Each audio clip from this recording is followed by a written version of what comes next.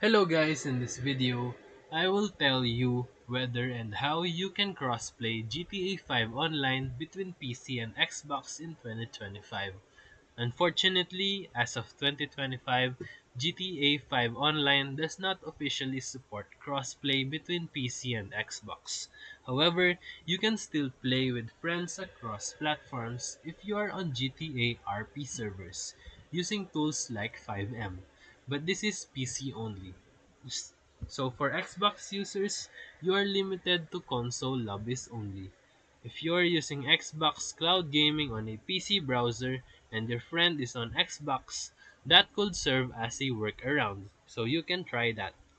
And Rockstar is rumored to be testing crossplay support for GTA 6, so stay tuned for updates in future patches. Currently, cross-platform support remains unofficial.